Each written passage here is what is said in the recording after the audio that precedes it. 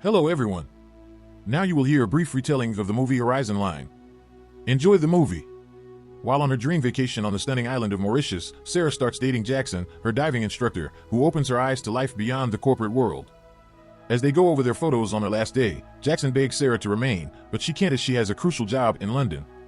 Sarah waits for Jackson to use the restroom before leaving without saying goodbye since she detests saying goodbye. She is obviously upset about this. Jackson returns outside and is devastated beyond belief.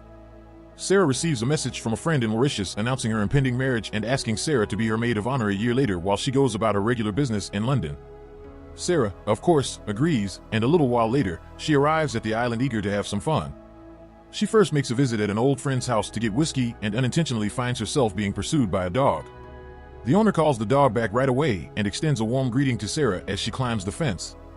He asks her whether she has already seen someone after loading her vehicle with booze, but Sarah acts as though she has no idea who he is referring to.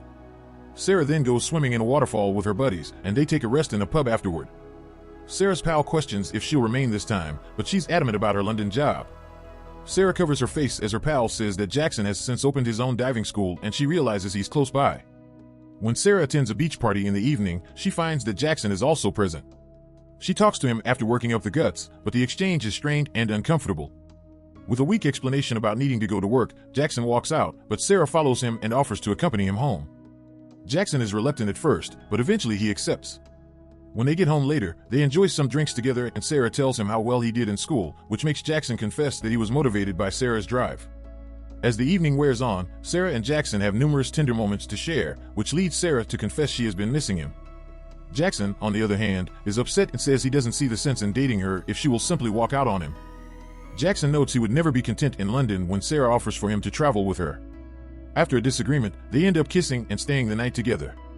The next morning, Sarah receives a call from a friend informing her that she is running 30 minutes behind schedule and that they would have to leave quickly as the only ferry on the island that travels to the wedding destination. Sarah quickly leaves the house to ask her old friend Freddie for a favor. Since he is a pilot, he can take her to the wedding in his own plane. Sarah doesn't want to miss the wedding. Because he is also attending the wedding, Jackson boards the aircraft, but he is not in a good mood because Sarah walked away without saying anything. Freddie advises Sarah to take a seat in the co-pilot seat so they can catch up once they are in the air. Freddie uses the opportunity to review some of the plane's functions, such as how to operate the autopilot and maintain stability, because she used to teach flying lessons. This will help her support him when it comes time for him to get up from his seat and take his medication. They converse briefly about their personal lives as well, and Freddie admits he is still in mourning for his late wife, of whom he carries a photograph on the aircraft. Sarah calls at Jackson to fetch some water when Freddie starts coughing unexpectedly, but he is unable to do so. When Sarah realizes that Freddie is suffering a heart attack, she attempts to comfort him, but instead of passing out, Freddie collapses and hits Jackson in the head when the plane plummets. Just then, a flying oxygen tank strikes the control panel and windshield from behind. As Sarah takes the yoke and frantically attempts to recall what Freddie ordered her to do to get the jet to go higher and stay stable ahead, Jackson arrives and pulls Freddie from the pilot seat. Fortunately, the aircraft stabilizes just in time to avoid crashing into the sea. Subsequently, Jackson attempts CPR on Freddie, but at this point, nothing can save him, he is simply gone. When he asks Sarah whether she can pilot the aircraft, she admits she couldn't do much because she just took a few lessons 2 years ago. The pair tries using their phones, but they don't have any signal up there, so she examines the damage and discovers that the GPS is damaged. After a few unsuccessful attempts at using the radio, they try the autopilot, but discover that it is also malfunctioning. They may not have enough petrol to transport them somewhere safe, which exacerbates the situation. They barely have half a tank remaining. Since the compass at least functions, they attempt to determine their previous orientation using their watches and establish a countdown for when they will spin the plane around once more. Unfortunately, Sarah is helpless as a massive, black storm materializes in front of them. It is then when a voicemail from Samuel arrives on the radio. Sarah informs him that Freddie passed away and that they are currently piloting the aircraft, but as they approach the storms, the signal is lost.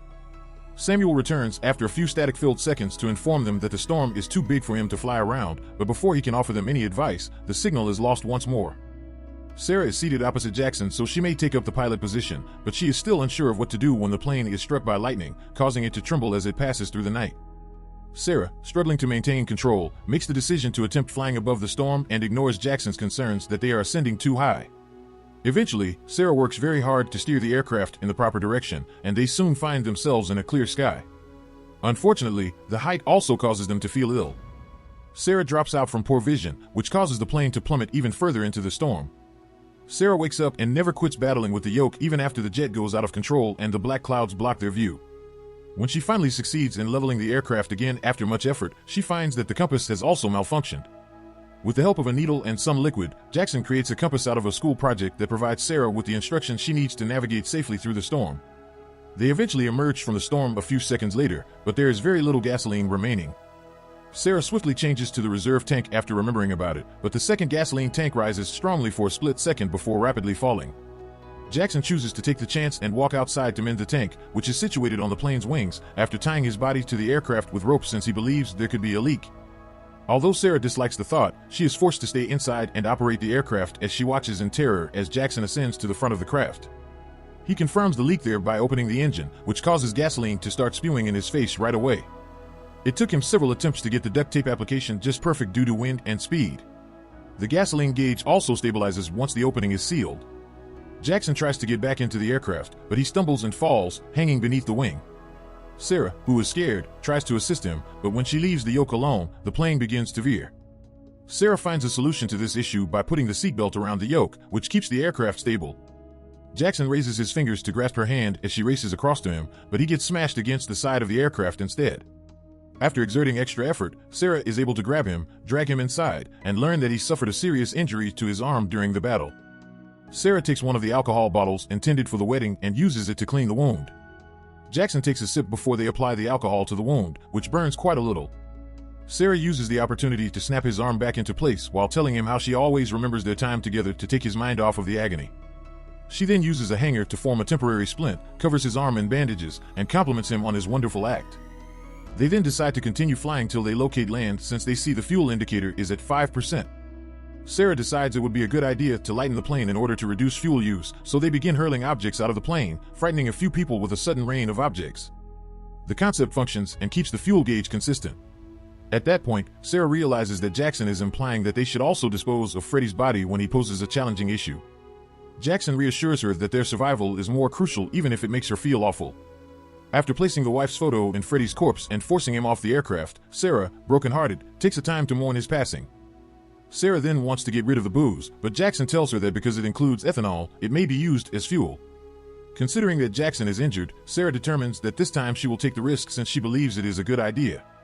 She gently and slowly makes her way to the top of the aircraft, holding onto a wing while she releases the fuel tank valve. The wind is too fierce for the bottle to stay in her hands when Jackson delivers it to her. Jackson tries again in a hurry, and this time it works. Sarah puts 3 bottles into the valve one by one. Jackson had no option but to ask her to return inside after inadvertently dropping the final one he was going to give her on board the aircraft. Though Sarah attempts to advance cautiously, she nearly lets go and manages to get hold of the top of the plane's bar. She leaps aboard the plane, relieved, but also experiencing a slight panic attack. Subsequently, Jackson acknowledges that he could have seen an island during their alcohol-related activities.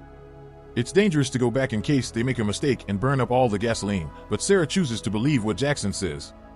As the fuel gauge keeps dropping, she flips the aircraft around and they start searching for the island that Jackson observed. Sadly, they discover nothing, and eventually the tank runs out, forcing the aircraft to shut down. For a little period, but not for long, it will be gliding. Sarah and Jackson apologize to one another, thinking that this is the end, for being egotistical and not paying closer attention to one another's needs. Additionally, Sarah admits that she detests saying goodbye since it makes her want to remain. Jackson then notices the island he had earlier seen, but they still need to find out how to get the plane down safely. Jackson attempts to help Sarah, who hardly knows the fundamentals, but the plane still plummets rapidly and crashes violently into the lake. The pair is rendered unconscious as the plane unexpectedly turns over. The aircraft gradually descends and comes to rest on the brink of an undersea precipice on the ocean bottom. Sarah regains consciousness as the plane starts to fill with water, and she makes a valiant but unsuccessful attempt to rouse Jackson. As soon as the entire cockpit fills with water, Sarah fights for a few seconds to get the door to open, and then she swims to the surface right away. She starts yelling for Jackson as soon as she can breathe again, but he never shows up. Sarah swims back down, determined not to give up on him, and finds the plane on the verge of falling off the edge. Just as the jet plummets, Sarah swiftly takes a life jacket, places it over Jackson, and inflates it. Luckily, Jackson's body has drifted up and is now trapped in the wing. Sarah swims up and carries Jackson to the island as the plane vanishes into the abyss. There, she gives him CPR until he comes to. Sarah chuckles, happy, and they both collapse into the beach, exhausted.